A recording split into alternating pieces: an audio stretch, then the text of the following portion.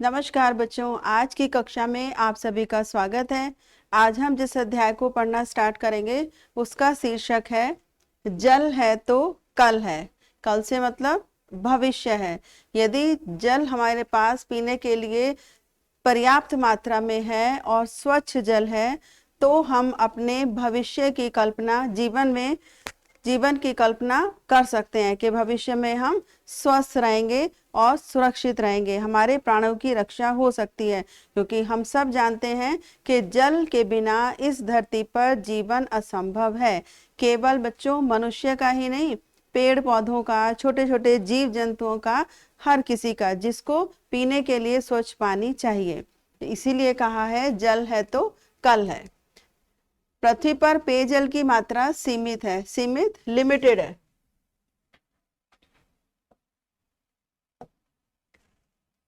इसे व्यर्थ नहीं गंवाना चाहिए। जनसंख्या की निरंतर वृद्धि के कारण पानी की मांग दिन प्रतिदिन बढ़ती जा रही है। बच्चों, ये भी बिल्कुल सच बात है कि पानी की हमारे देश में कमी नहीं है, इस पृथ्वी पर ही कमी नहीं है। मगर जब उसकी खपत ज्यादा होने लगी, जनसंख्या बढ़ गई तो जरूरत बढ़ती चली गई, इसलिए पानी की कमी का अभाव होने लगा। मरुस्थलीय क्षेत्रों में तो महिलाओं को एक बाल्टी या एक घड़ा पानी लाने के लिए कई कई किलोमीटर तक पैदल जाना पड़ता है। मरुस्थलीय जो रेगिस्तान वाले क्षेत्र है, जहाँ पानी की कमी है, जहाँ वर्षा कम होती है।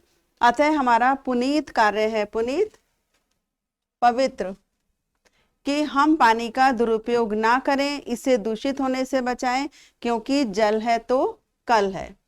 बहुत छोटी सी कहानी के माध्यम से क्या बताया लेखक ने कि हमें एक एक बूंद पानी की कद्र करनी चाहिए, संभाल कर रखना चाहिए। सूरज तप रहा था, धरती जल रही थी। शादी के 2 साल बाद एक राजपूत अपनी पत्नी को विदा करवाकर अपने घर ला रहा था। मरुभूमि की यात्रा करते करते, मरुभूमि जहां पर रेत ही रेत होती है, रेगिस्तान कहलाता है, यात्रा करते उन्हें 3 दिन बीत गए। अभी 18 घंटे की यात्रा शेष थी, यानी इतना और अभी उन्हें चलना था। हलक सूख्यों है, पानी है? ये सवाल किसने किया? वधु ने थोड़ा शर्माते हुए पूछा कि मेरा गला सूख रहा है, क्या पानी है? हलक तो मेरा भी सूख्यो है, मशक में दो बूंद पानी रहियो है, ले तो पी। ऊंट को रोकते हुए राजपूत बोला। उसने प्यास तो उसे भी लग रही थी, लेकिन उसने ये सोचकर कि चलो पानी पहले उसने मांगा है तो पानी उसको दे, तो उसने क्या कहा कि तू पी। ऊंट को रोकते हुए राजपूत बोला। पत्नी ने क्या कहा? सिर हिलाकर ना। सिर हिलाते वधु बोली तू पी। अब दोनों ही एक दूसरे से ये कहते रहे कि तू पी और तू पी, दोनों एक दूसरे के प्रति सोच रहे थे कि चलो पहले इसकी प्यास बुझनी चाहिए, और ऐसा होना भी चाहिए कि पहले अपने बारे में ना सोचकर दूसरे के बारे में सोच रहे थे।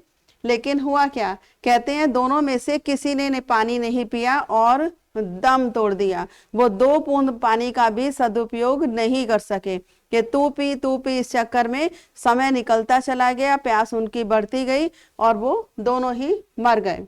राजस्थान की यह लोक कथा राजपूत दंपति के आपसी प्यार का उदाहरण है ही। ये तो कह सकते हैं कि दोनों बहुत दूसरे से प्रेम करते थे, इसीलिए अपने से पहले दूसरे के लिए सोच रहे थे। लेकिन हमें एक और सीख मिलती है इससे, साथ ही पानी के महत्व को भी प्रकट करती है कि पानी हमारे लिए कितना जरूरी है, एक एक बूंद की क्या कीमत है। पानी अमृत है। हमारे शरीर का 2/3 और धरती का 3/4 भाग पानी है। तरबूज में तो 98% पानी ही पानी है।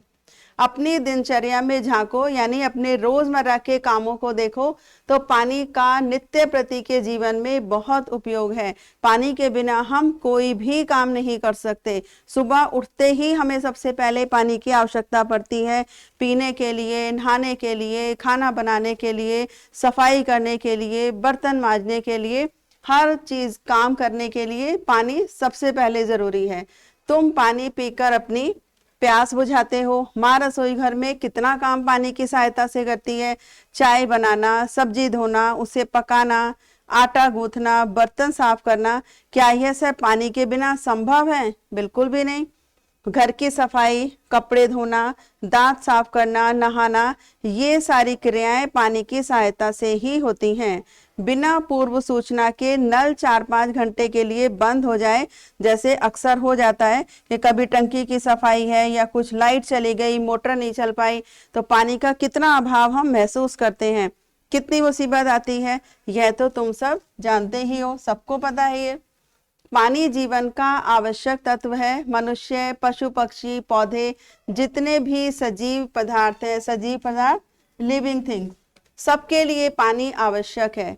तुम किसी गमले को उठाकर कमरे में रख लो, 4 दिन तक उसमें पानी ना डालो तो पौधा क्या होगा, मुरझा जाएगा। तुम 2-4 घंटे तुम्हें ना पानी मिले तो तुम कितने व्याकुल हो जाते हो। पानी से ही धरती नरम और उपजाऊ बनती है। नरम मिट्टी सॉफ्ट हो जाती है और उपजाऊ, बहुत अच्छी फसल हम मिट्टी में तभी उगा सकते हैं जब उसमें पर्याप्त मात्रा में पानी डालकर उसको नरम किया जाए। तभी किसान वर्षा के बाद उसमें हल चलाकर खेती कर पाता है। कब? जब धरती नरम हो जाती है, उसके में पानी की पर्याप्त मात्रा होती है। पौधों को बड़ा करने के लिए भी पानी की आवश्यकता होती है। पहले भारतीय किसान सिंचाई के लिए पूरी तरह से किस पर निर्भर थे? वर्षा पर। लेकिन आज आधुनिक तकनीकी का प्रयोग करके बहुत सारे ऐसे साधन बना लिए हैं कि खेतों की सिंचाई की जा सकती है, लेकिन चाहिए तो उसके लिए पानी ही। पानी को हम बिल्कुल भी अवॉइड नहीं कर सकते। स्वतंत्रता के बाद लगभग सभी बड़ी नदियों पर बांध बनाए गए हैं। इन बांधों से बाढ़ के विनाशकारी पानी को रोक लिया जाता है और उसे निर्माण कार्यों में लगाया जाता है। पानी को ऊंचाई से गिराकर बिजली का उत्पादन भी किया जाता है। अब देखिए, जो वर्षा का जल होता है उसे हम कितने कामों में लाते हैं। नहरें निकालकर पानी के बहाव की दिशा मोड़ दी जाती है ताकि खेतों की अच्छे से सिंचाई हो। उन स्थानों पर पानी उपलब्ध करवाया जाता है जहां इसका घोर अभाव है, जहां जहां पानी की कमी है। जैसे सतलुज नदी से इंदिरा गांधी नहर निकालकर राजस्थान की मरुभूमि को पानी दिया जाता है। राजस्थान में जो पानी की कमी है उसको कैसे पूरा किया जाता है? सतलुज नदी से इंदिरा गांधी नहर निकालकर पानी को रेगिस्तान में, राजस्थान में पहुंचाया गया। पानी में जीवन देने की शक्ति है। यद्यपि प्रकृति ने पानी के अक्षय भंडार हमें दिए हैं, अक्षय असीमित, किंतु फिर भी शुद्ध पानी की अधिकता नहीं है। हमारे घरों के नलों में जो पानी आता है वो शुद्ध किया हुआ होता है, उसे व्यर्थ नहीं बहाना चाहिए। पानी को प्रदूषित होने से बचाना भी हमारा कर्तव्य है। प्रदूषित, गंदा कौन करता है? पानी को हम लोग करते हैं।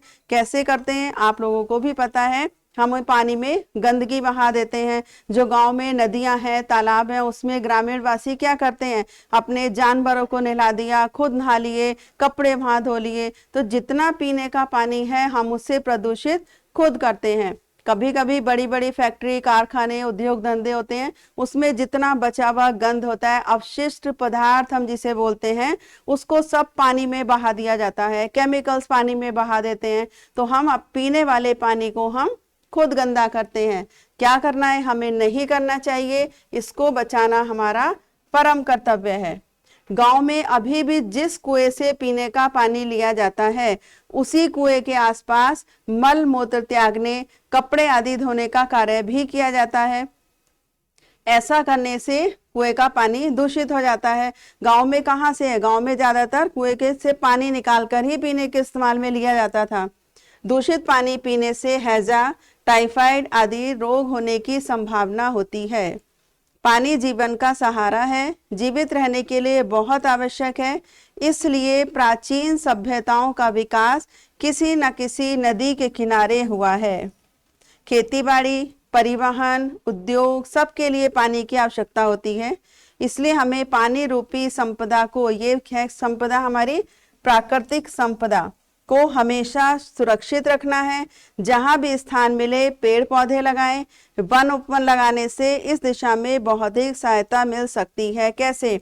अगर हम अधिक से अधिक पेड़ पौधे लगाएंगे तो वर्षा पर्याप्त मात्रा में होगी, और जब वर्षा पर्याप्त मात्रा में होगी तो हम उस जल का अच्छे से सदुपयोग कर सकेंगे।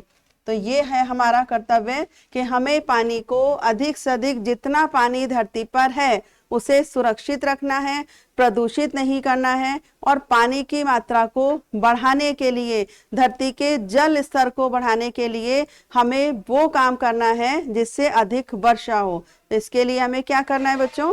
पेड़ पौधे लगाने चाहिए। चलिए, ये था हमारा लेसन। अब शुरू करते हैं अभ्यास प्रश्न। निम्नलिखित गद्यांशों को ध्यान पूर्वक पढ़कर उन पर पूछे गए प्रश्नों के उत्तर दीजिए। पहला प्रश्न है, पहले भारतीय किसान सिंचाई के लिए पूरी तरह किस पर निर्भर थे? एक ही शब्द आएगा, वर्षा पर। बाढ़ के विनाशकारी पानी को रोकने के लिए किसका निर्माण किया गया? तालाबों का, नहरों का, या बांधों का? बांध के माध्यम से पानी को रोक लिया जाता है और समय पर उसे फिर उपलब्ध कराया जाता है। नदी के दो पर्यायवाची शब्द लिखिए। तो नदी के पर्यायवाची हैं सरिता, और दूसरा हम लिख सकते हैं तटिनी। चलिए, आप देखते हैं सेकेंड अनुच्छेद और पहला प्रश्न। हमें किस संपदा को हमेशा सुरक्षित रखना है? किस संपदा को? पानी रूपी संपदा को। तो किसकी जगह हमें सिर्फ लिखना है पानी रूपी संपदा को। प्राचीन सभ्यताओं का विकास किसी न किसी डैश के किनारे हुआ है। इसमें दो ऑप्शन दिए हैं, सागर या नदी। तो आंसर में हमें क्या लिखना है बच्चों? नदी। नेक्स्ट प्रश्न है, उद्योग धंधों के लिए पानी की आवश्यकता नहीं होती? बिल्कुल होती है। पानी के बिना तो हम कोई भी अपना कार्य नहीं कर सकते।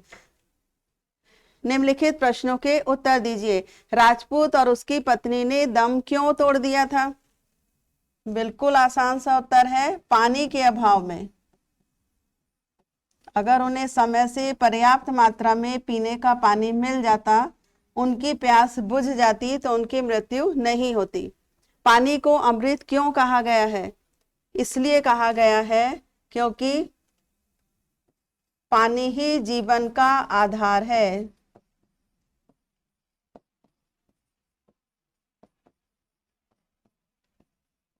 पानी के बिना छोटे छोटे जीव जंतु, मनुष्य जाति, पेड़ पौधे, कोई भी जीवित नहीं रह सकते।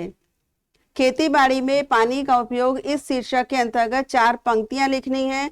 ये बेटा आपकी स्वरचित होनी चाहिए, अपने अकॉर्डिंग लिखेंगे आप। कोष्ठक में सही शब्द चुनकर रिक्त स्थानों की पूर्ति कीजिए। पहले भारतीय किसान सिंचाई के लिए किस पर निर्भर थे? अभी हम पहले भी कर चुके हैं, वर्षा पर। लगातार पानी ना देने से पौधा क्या हो जाता है? खिल जाता है या मुरझा जाता है? मुरझा जाता है।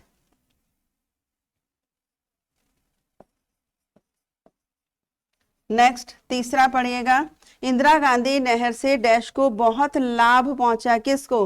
राजस्थान या तमिलनाडु? राजस्थान को, क्योंकि वही रेगिस्तान मरुभूमि है, पानी की वहां कमी रहती है। अधिक वर्ष लगाने से पानी रूपी संपदा को हम क्या कर सकते हैं बच्चों? सुरक्षित। मरुभूमि में चारों ओर क्या होता है? रेत ही रेत। तो जहां पर रेत होता है बहुत अधिक मात्रा में, उसको हम क्या कहते हैं? मरुभूमि। सही विकल्प पर सही का चिन्ह लगाइए। पानी की मांग दिन प्रतिदिन क्यों बढ़ती जा रही है?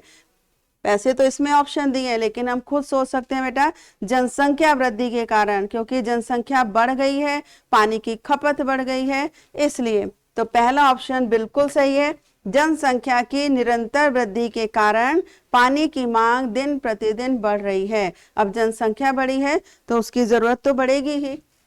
तो ये था हमारा ऑप्शन। नेक्स्ट प्रश्न, धरती का कितना भाग पानी है? 1/3, 2/3, 1/4 या 3/4 पानी? बेटा, हैजा, टाइफाइड आदि रोग किस कारण से हो जाते हैं? अभी हमने पाठ में पढ़ा है, दूषित पानी से, दूषित वायु में सांस लेने से, मच्छरों के काटने से, या भोजन में पौष्टिक तत्वों की कमी से। तो हम पाठ कौन सा पढ़ रहे हैं? किसके बारे में?